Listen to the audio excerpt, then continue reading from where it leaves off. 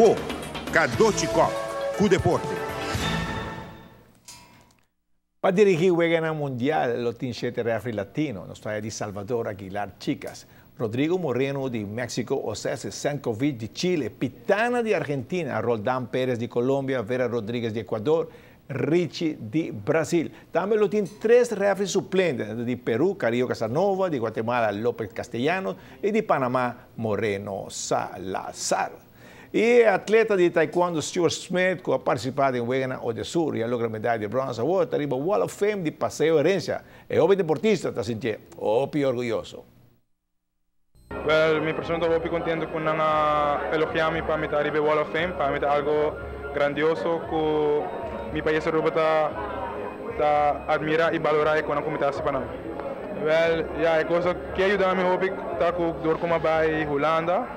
E não uma briga de tour europeu e não mas sim para coisas extra de committee de nível pan-americano e dois ponemos junto e ponemos no nível mais alto como está agora aqui e com amor pelo deporte e seguir por babai mais eu comi por e tem dia que me bisa comigo por mais agora aqui me tem uma lição e está diz para mim recuperar pouco a pouco e depois vai a for treino e preparar me mesmo para o Centro-Americano e do Caribe.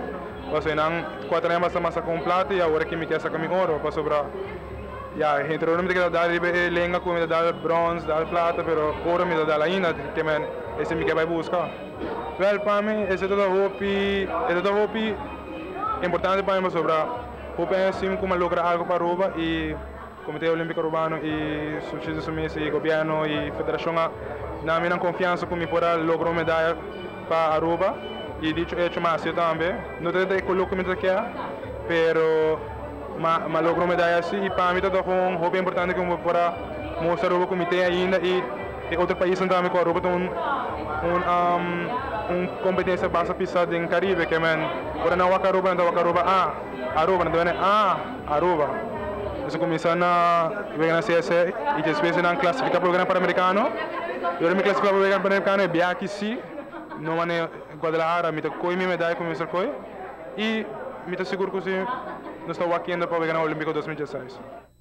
Bom, para bem na Stuart e éxito dentro de outro evento que ele vai participar. E agora é a última noite de NBA, Costa por cambiar. Ronnie?